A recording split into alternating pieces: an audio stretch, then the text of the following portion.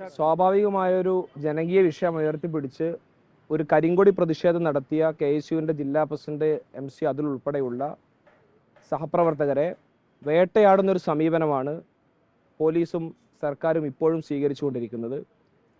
ഈ പ്രതിഷേധത്തിൻ്റെ പേരിൽ മന്ത്രിയെ ആക്രമിച്ചു എന്നൊരു തിരക്കഥയുണ്ടാക്കി പരമാവധി ദിവസം KSU നേതാക്കളെ ജയിലിൽ കിടത്തുക എന്ന ആസൂത്രിതമായ നീക്കത്തിൻ്റെ ഫലമായിട്ടാണ് ഇപ്പോൾ ഈ ജാമ്യാപേക്ഷ തള്ളുന്നൊരു സാഹചര്യവും കസ്റ്റഡിയിൽ ഉൾപ്പെടെ പ്രതികളെ ആവശ്യപ്പെടുന്ന സാഹചര്യത്തിലേക്കും കാര്യങ്ങൾ നീങ്ങിയത്.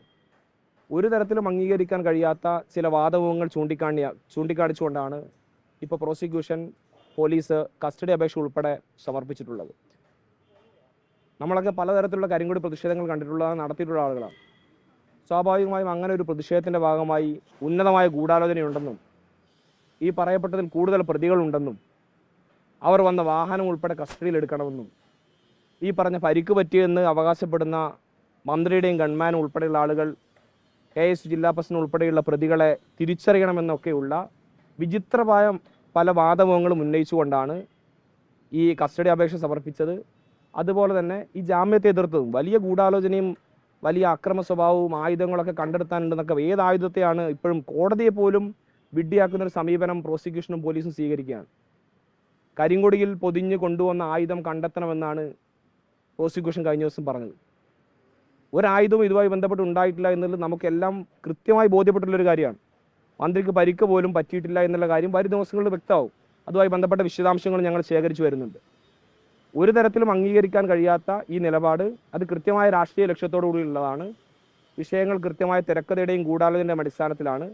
അതിന് പോലീസിനെ ഉപയോഗപ്പെടുത്തി ഈ പ്രോസിക്യൂഷനെ പോലും അതിനുവേണ്ടി ഉപയോഗപ്പെടുത്തുന്ന വളരെ ബാലിശമായ ഒരു തികഞ്ഞ രാഷ്ട്രീയ പാപ്പരത്വമാണ് ഇതിലൂടെ വെളിവാകുന്നത്. തീർച്ചയായും ഇതിൻ്റെ നിയമസാധ്യതകൾ പരിഗണിച്ചുകൊണ്ട് തന്നെ ഇപ്പോൾ ജാമ്യാപേക്ഷ തള്ളിയ സാഹചര്യത്തിൽ തുടർ നടപടികളുടെ ഭാഗമായി മേൽക്കോടതിയെ സമീപിക്കും.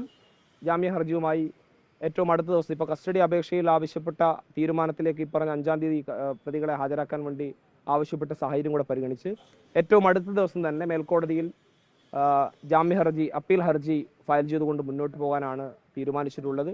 ഏത് വിധേനയും KSUവിൻ്റെ ജില്ലാ പ്രസിഡന്റ് ഉൾപ്പെടെയുള്ള ആളുകളെ പരമാവധി ദിവസം ഈ പറഞ്ഞ വ്യാജ പരാതിയുടെ പുറത്ത് ജയിലിൽ കടത്താമെന്ന വ്യാമോഹം അത് അനുവദിക്കാൻ വേണ്ടി കഴിയില്ല. അതോടൊപ്പം ഒരു കാര്യം കൂടെ സൂചിപ്പിക്കാൻ ആഗ്രഹിക്കുന്നു. കഴിഞ്ഞ ദിവസം സംസ്ഥാന KSU കമ്മിറ്റിയുടെ പ്രസിഡന്റ് വ്യക്തമാക്കിയിട്ടുള്ള കാര്യമാണ്.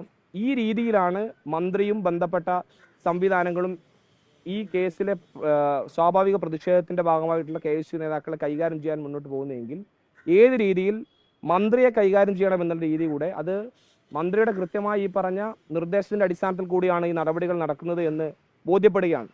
മന്ത്രി ഉൾപ്പെടെയുള്ള പരിക്ക് പറ്റിയെന്ന് അവകാശപ്പെടുന്ന ആളുകൾക്ക് അവരുടെ മൊഴി രേഖപ്പെടുത്താൻ കഴിഞ്ഞിട്ടില്ല എന്നാണ് ജാമ്യ ഹർജി എതിർത്തുകൊണ്ട് പോലീസ് പറഞ്ഞത്.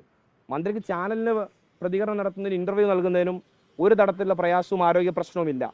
ഈ പറഞ്ഞ പ്രതികൾക്ക് സഹായമാകുമെന്ന രീതിയിലേക്കുള്ള ഏതെങ്കിലും തരത്തിലൊരു നടപടിയുടെ ഭാഗമായി ഈ പരാതിയുടെ പുറത്ത് മൊഴി നൽകാൻ പോലും തയ്യാറാകാതെ മന്ത്രി ഇതിനകത്ത് കൃത്യമായ രാഷ്ട്രീയ ലക്ഷ്യത്തോട് പെരുമാറുകയാണ്.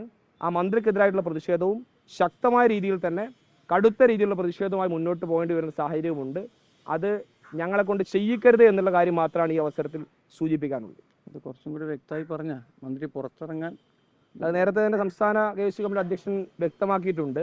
ഈ രീതിയിൽ പരമാവധി ദിവസം KSUവിൻ്റെ ജില്ലാ പ്രസിഡന്റ് ഉൾപ്പെടെയുള്ള ആളുകളെ ജയിലിലിടാനാണ് മന്ത്രിയുടെയും സർക്കാരിൻ്റെയും CPMൻ്റെയും തീരുമാനമാണെങ്കിൽ മന്ത്രി പുറത്തിറങ്ങണോ വേണ്ടയോ എന്നുള്ള കാര്യം കൂടെ KSU തീരുമാനിച്ച് നടപ്പിലാക്കുക എന്നുള്ള കാര്യമാണ് ഈ ഘട്ടത്തിൽ വ്യക്തമാക്കാനുള്ളത്. ബാക്കി കാര്യങ്ങൾ തീരുമാനിച്ചു വഴിയെ കുറച്ചും കൂടി അറിയിക്കാൻ വേണ്ടി സാധിക്കും. ലോകത്തെവിടെയായാലും ഏത് സമയത്തും 24 വാർത്തകളും ഓഗ്മെന്റഡ് റിയാലിറ്റി പാക്കേജുകളും എക്സ്പ്ലെയിനറുകളും വിശദമായി കാണാൻ ഞങ്ങളുടെ YouTube ചാനൽ നിങ്ങൾക്ക് സബ്സ്ക്രൈബ് ചെയ്യാം.